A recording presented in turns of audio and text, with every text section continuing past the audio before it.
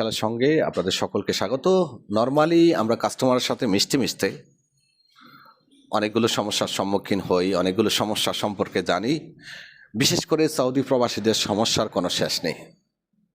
কত ধরনের সমস্যায় যে আমাদের সৌদি প্রবাসীরা আছে, যেটা যদি আমি বিভিন্ন অফিসে না বসতাম তাহলে বুঝতে পারতাম না। আপনি চাইলে কিন্তু কিছুটা সমস্যার সমাধান করতে পারেন নিজে, যদি একটু সতর্ক থাকেন, একটু চোখ কান খোলা রাখেন। দর্শক, সবসময় খেয়াল রাখবেন, সৌদি আরবে আপনার কিছু অধিকার আছে যেগুলো আপনাকে বুঝে নিতে হবে। আমাদের প্রবাসীদের একটা সমস্যা, কোনো বিপদে পড়লেই আমরা নার্ভাস হয়ে যাই।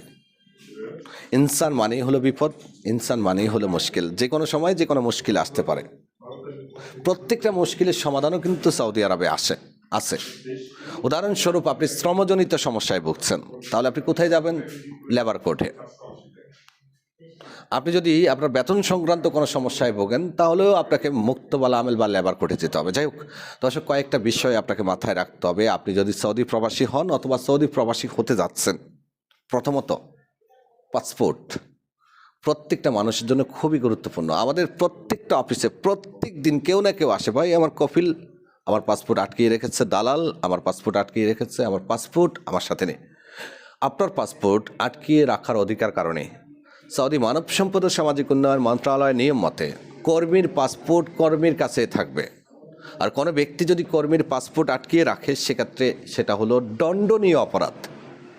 তো চেষ্টা করবেন নিজের পাসপোর্টটি নিজের কাছে রাখার জন্য।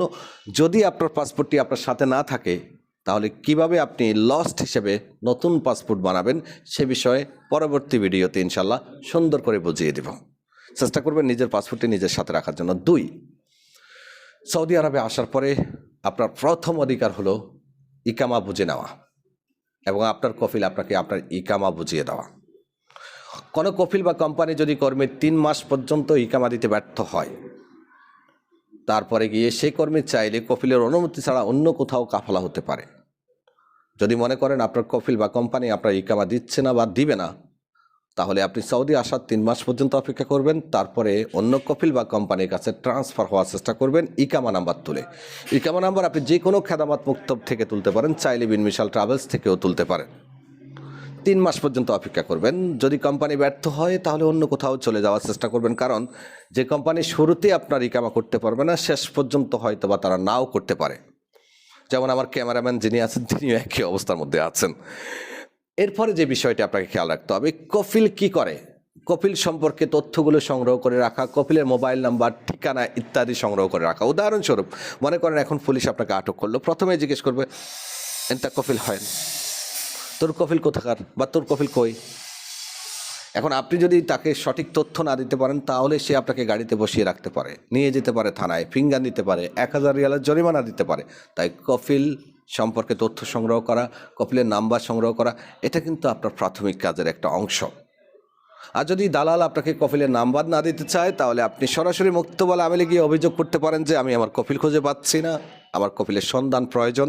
তবে অবশ্যই অ্যাপয়েন্টমেন্ট নিয়েই মুক্তবালা আমেলে যেতে হবে। সরাসরি গেলে হয়তো আপনাকে ঢুকতে নাও দিতে পারে।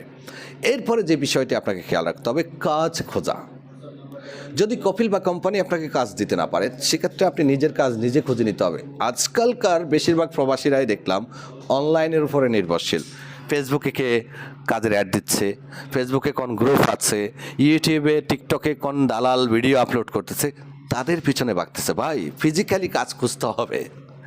ভার্চুয়াল জগতে কেউ আপনাকে কাজ দিবে, আর কেউ আপনাকে কাজ দিলে সেটা মোটেও লং লাস্টিং হবে না, প্রতারণা হওয়ার সম্ভাবনাও হাজার আছে।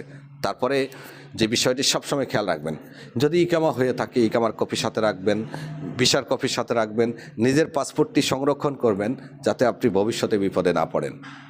একেবারে সর্বশেষ যে তথ্যটা আপনাদেরকে দিতে চাচ্ছি, এই প্রবাসে ভালো থাকতে চাইলে আপনাকে কাজ করতে হবে। টিকটক নয় আর আড্ডাবাজি নয়, কাজ করুন। সময় আপনাকে বলে দিবে আপনি কি হবেন। আল্লাহ আপনার সাথে থাকবে, আল্লাহ আপনার সহায় হবে। ধন্যবাদ, ভালো থাকবেন, আল্লাহ হাফেজ।